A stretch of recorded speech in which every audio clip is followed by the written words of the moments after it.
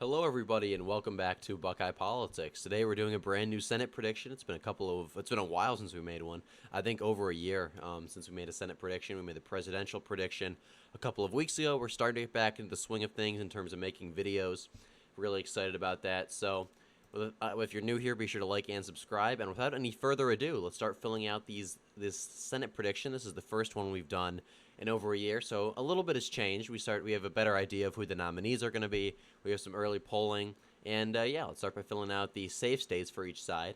For the Democrats, they are going to have the states of Washington, California, Hawaii, New Mexico. Although New Mexico could be interesting because the former Republican Senator Pete Dominici, his daughter, is running. She might make. I don't think she'll make it all that close, but name recognition might have a factor there. Republicans might do a little bit better than expected. Democrats are also going to win handling in the state of Minnesota. The Republican nominee is, I believe, well, we don't have the official Republican nominee yet. Amy Klobuchar is incredibly popular up there, though. She has a lot of money raised, and her opponent, Royce White, is really not that strong of a candidate. He's been endorsed by the Minnesota Republican Party, and he's probably going to be the nominee. I think he's a pretty bad candidate. He'll probably lose by about 10. I don't think Klobuchar is going to win by like 20 something like she did last time, but she'll probably win by about 8 to 10. So we'll keep it as safe.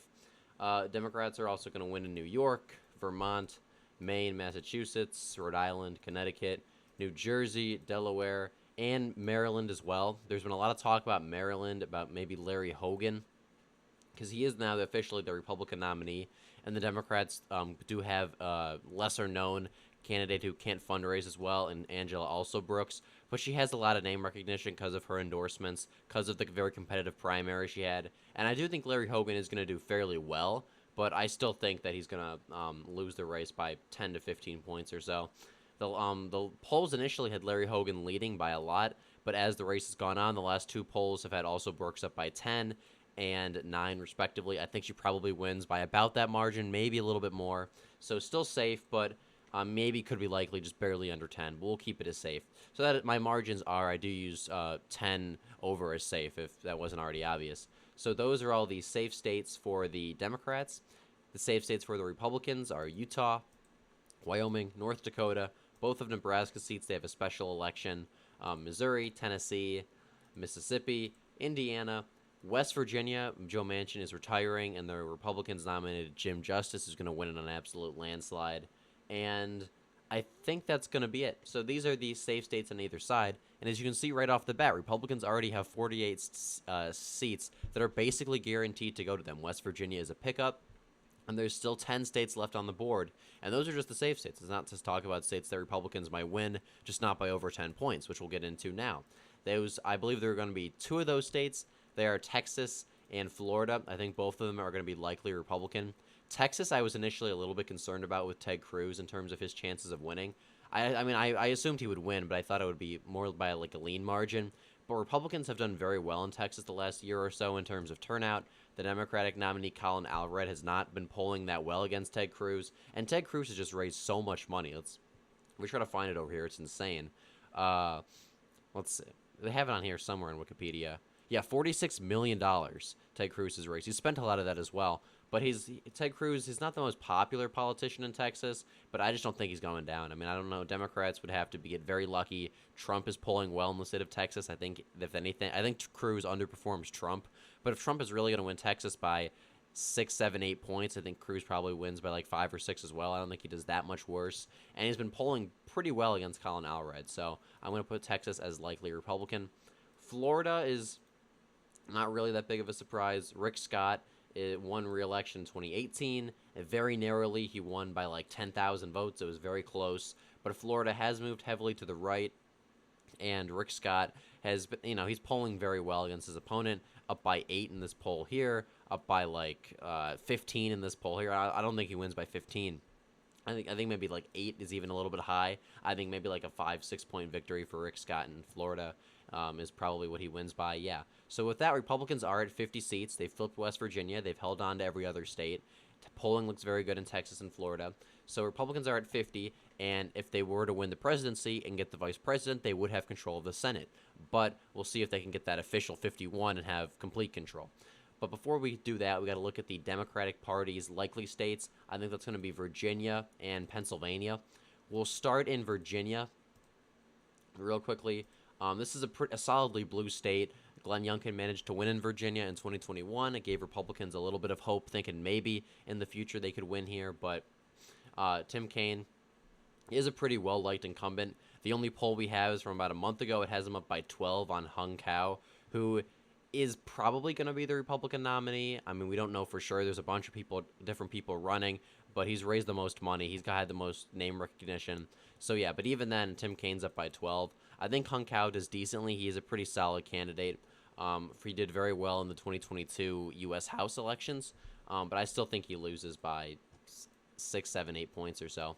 Going to Pennsylvania, Bob Casey Jr. is the incumbent. He and his family are very well known and very well liked in Pennsylvania. Back in 2018, as you can see, Bob Casey won by 13 points. I don't think he wins by that much again this year, but he definitely does fairly solid. The Republicans are nominating David McCormick, who is not a bad nominee. He ran for Senate back in 2022. He lost very narrowly to Dr. Oz in the primary. Now he's running again. He's not, like, awful. I think he's going to do decently. I think he's probably the best candidate Republicans could put up. I think he's better than Mastriano or Kathy Barnett or anyone else that might possibly run. But he still has some issues in terms of his candidacy. I think he's just kind of, I don't know. I just don't think I don't think he's the candidate that's going to take down Bob Casey Jr. Not to say, like, McCormick is terrible in terms of his electability, but just I don't think he has the it factor, if that makes any sense. Polling has Bob Casey up by like 5 here, 2 here, 4 here. I think he probably wins by like 5 or 6. Maybe probably depends on how well Trump does as well in Pennsylvania. But I think, yeah, a 5-6 point victory for Bob Casey probably is the most likely option. So with that, we have 6 states that are going to be either lean or tilt. Republicans are at 50 seats. Democrats are at 44. We'll go east to west, I guess. We'll start in my home state of Ohio. I think as of now that is going to tilt to the Republicans. We'll take a look real quickly at the state here. Sherrod Brown is the incumbent senator. He's been here since 2006. He's still relatively well liked in the state. He's very well known still, and he's ran a pretty solid campaign. But Bernie Moreno is going to have the Trump endorsement. He's going to be campaigning with Trump. He did a lot better in the primary than polling suggested he would. I mean, Matt Dolan was supposed to win the primary, or it was supposed to be razor thin. Moreno won by like 18 points. So I think that shows that Bernie Moreno does have a good chance at overperforming the polls. He also did very well in the Mahoning Valley, as you can see here, and eastern Ohio, which is where he needs to do well, and it's where Sherrod Brown always runs up the margin in, which allows him to win. With Trump on the ballot winning Ohio by like probably 10 points or so, I have a hard time seeing Sherrod Brown outperform that, especially since he only won by 7 in 2018, which was a blue wave. Polling had him up huge. I mean, polling had him up 10, like almost 20, 10, 9. So he underperformed the polls a little bit in 2018. In 2012, he basically did the exact same as Obama. He ran in line with the Democrats there. So I really don't see him overperforming that much, especially with polarization. We haven't gotten a lot of polls out of the state, though. As you can see, Brown did have a solid lead over Moreno in the polls that were held, but all those were before the primary. It's kind of hard to make a decision. Like, if polls were coming out now that had Brown up big still, I'd probably change my prediction, but my gut feeling is that Trump is going to carry Moreno over the hump. Moreno is actually starting to run a campaign, and I just think polarization is going to catch up to Brown in Ohio. So yeah, I think it's going to go tilt Republican as of now. And with that, Republicans do control the Senate. We're going to go to the state of Michigan. I think it's going to lean to the Democrats. The Democratic primary could be interesting. There's a lot of people running, but I still think Alyssa Slotkin is going to win relatively handily. I mean, her only real opponent is Hill Harper, who is only polling at about 11%. He's more of a progressive candidate. Alyssa Slotkin is more of, I don't want to say a moderate, but I guess a standard Democrat. The two of them are going to go at it. I think Slotkin wins relatively handily, but if Hill Harper does have a strong showing, maybe that affects the general election somehow. We'll have to keep an eye on that. Republicans have basically united around Mike Rogers, who is a former congressman. He's endorsed by Trump, a couple other senators and Michigan politicians. He's going to probably win the primary handily over these other people, including Justin Amash. Polling has Slotkin up narrowly over Mike Rogers. I think this is a race that could end up being fairly competitive depending on how it all shakes out and how well Trump does. Mike Rogers is, I think, a pretty solid candidate, but I think Michigan is just sort of one of the more blue states in the Rust Belt. Slotkin overall seems like a good fit for the state and seems like a solid candidate for Democrats. So unless the primary becomes super competitive, unless there's something crazy that happens, I do think she'll probably win the Senate election by 2, 3 points, maybe even closer. We'll have to wait and see. Going to Wisconsin, I'm also going to put that as lean Democrat. We basically already know the candidates for both sides. The Democrats have Tammy Baldwin as their incumbent, who is all but guaranteed to be the Republican nominee. The Republicans have Eric Hovde, who is he ran for Senate in 2012, did fairly well but lost the primary. He's ran a pretty solid campaign so far, all things considered. He's raised a lot of money. He's put together a solid team. He seems to have basically united the Republican Party around him. But Baldwin is still a pretty strong incumbent, and Hovde is really not polling all that well. So although I do think that Trump probably wins Wisconsin narrowly, I think Baldwin probably wins as well, very narrowly, probably same thing as Michigan, 1, 2, maybe 3 points. I think Hovde does have a good chance at winning. As of now, I think Baldwin is the favorite based on polling, name recognition, all that good stuff, because Baldwin is a pretty strong incumbent. Going over to Montana, it looks like Tim Sheehy is all but guaranteed to be the Republican nominee against Tester. I think he'll win that by a lean margin. We'll take a look at that real quickly here in terms of the polling.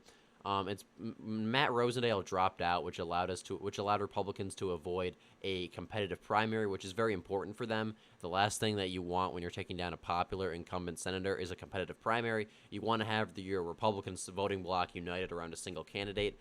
That's happened now that Matt Rosendale has dropped out of the race. Tim Sheehy is all but guaranteed to be the nominee. I think he's actually a pretty solid candidate for Republicans. Polling has gone back and forth. We haven't had any new polls since March, but the last one had Sheehy up by about 3. I think that's a pretty accurate estimate for the final result. John Tester barely won in 2018, and he only got 50.33%. 2018 was a blue wave year. In 2012, he got under 50%. He got 48%, and that was a presidential year. I think Trump is going to win Montana by probably 15, 16 points. Once again, polarization is going to be a big factor here. I just have a hard time seeing John Tester win when Trump's going to win the state by 15, 16 points. If this was a midterm election, maybe Tester would win, but we've already seen Sheehy up in the polls, at least in one recent poll, and we've seen polarization really start to kick into effect. I think Sheehy wins by 3, 4 points as of now. We'll go to the state of Arizona. I think that's going to lean to the Democrats. If we look at the polling for Arizona, it's going to be Ruben Gallego as the Democratic nominee. He's a congressman from downtown Phoenix. Because Sinema, the incumbent independent, is not running for re-election. Not really a surprise to anyone. Kind of a political blunder on her part by being so moderate. I think she thought that Arizona was going to end up being a much more red state than it actually was. So the Democrats have Ruben Gallego, who is going to be their nominee. He's fairly progressive, all things considered. It's kind of a risk for Democrats to nominate him, but Republicans do not have that strong of a candidate either in Carrie Lake. She lost the governor race very narrowly when everything indicated she should have won, but she lost very narrowly. All the election stuff she complained about and filed the lawsuits, I think that hurt her appeal, especially amongst more moderate voters, of which there are a lot in Arizona. She's running against Mark Lamb, who is a sheriff. He's polling about 20 points behind her. I think Mark Lamb would actually be a solid candidate in the terms of running, for the general election, like Mark Lamb versus Ruben Gallego. I think would be closer than Carrie Lake versus Ruben Gallego.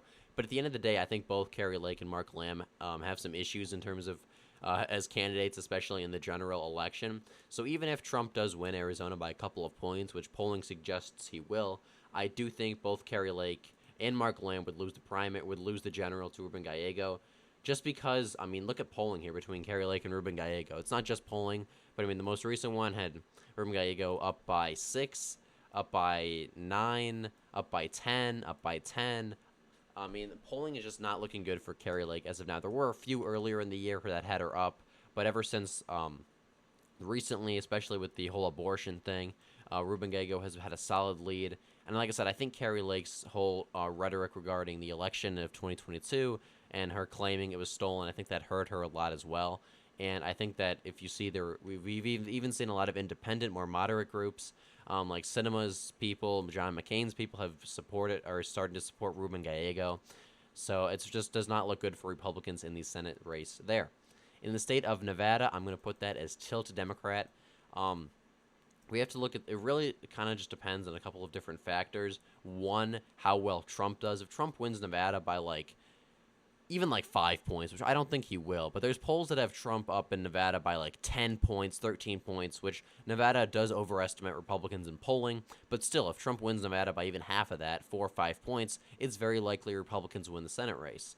But Republicans, the only issue is the Republicans don't really have a strong candidate in Nevada either. Sam Brown is probably the strongest. He's polling he's basically the front runner in the primary, but he has some issues in terms of his general election appeal. He has some gaffes. There's a good amount of Republicans who just don't trust him. His strongest opponent is Jeff Gunter, who is sort of, I guess, who is pretty kind of a far right candidate, as is Jim Marchant. So the Republicans really just do not have that great of a bench in Nevada. They don't have a solid candidate. I do think that Jackie Rosen is vulnerable, especially if Republicans do as well in Nevada as they're projected to do. But as of now, polling has Jackie Rosen up by a pretty sizable amount against all of the candidates. And like I said, I just don't think the Republicans have a great bench in terms of people running. So I think it's going to go tilt Democrat. So as of now, my prediction stands: Republicans at 52 seats, Democrats at 48 seats. Obviously, this is subject to change. This will probably age pretty poorly by even just a few months. A lot of this is also still, even though it feels like we're getting into election season, it still does feel like we're waiting on polls, still waiting on a few more factors to really figure things out. But as of now, I think this is a solid benchmark for going into the summer. So if you enjoyed this video, please be sure to like and subscribe for more, and we'll see you in the next one.